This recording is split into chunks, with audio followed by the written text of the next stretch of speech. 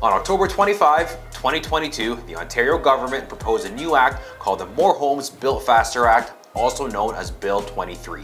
This act has a few goals like building more homes, helping affordability, making development charges easier, and streamlining the process for building. The problem here in Ontario and in Canada is very clear. There is just not enough homes to meet the demand. CMHC put out a report back in September that Canada is short by 3.5 million homes by 2030, meaning that's how many we need to build over the next 8 years in order to keep up with demand. What that means is every single year, Canada would have to build 437,000 new homes for the next 8 years to reach that target of 3.5 million homes. If you look at what Canada currently averages in new construction, we're building roughly 200,000 to 300,000 homes per year, meaning there's still a gap of anywhere from 137,000 to 237,000. But hey, it's great, right? The government's promising that they're very committed to adding an extra 1.5 million homes over the next 8 years based on what they're trying to achieve with this More Homes Built Faster Act. One of the strategies that this act proposes is something called gentle density,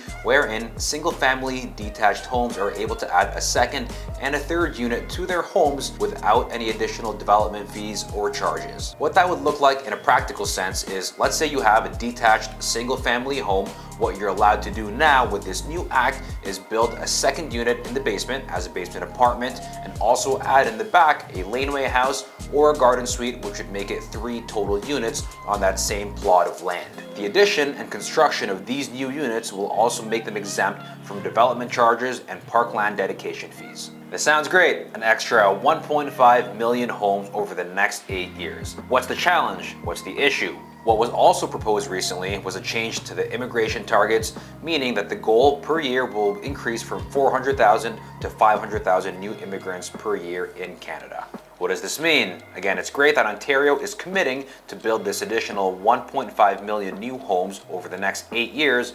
But again, with this new change now in immigration targets, that means that if we're getting 500,000 new immigrants every single year, that in itself is 1.5 million homes over the next 3 years that we might potentially need as well. So yes, we've added an extra 1.5 million homes over the next 8 years, but now over the next 3 years, we still have another need for 1.5 million new homes based on the immigration targets that have been proposed. So if you have any questions or you need some help navigating the current market that we're in, give me a shout, shoot me a DM, and I'd be happy to chat. And as always, if you like this video, make sure you hit like, hit subscribe, and if you're feeling extra generous, hit that bell button as well.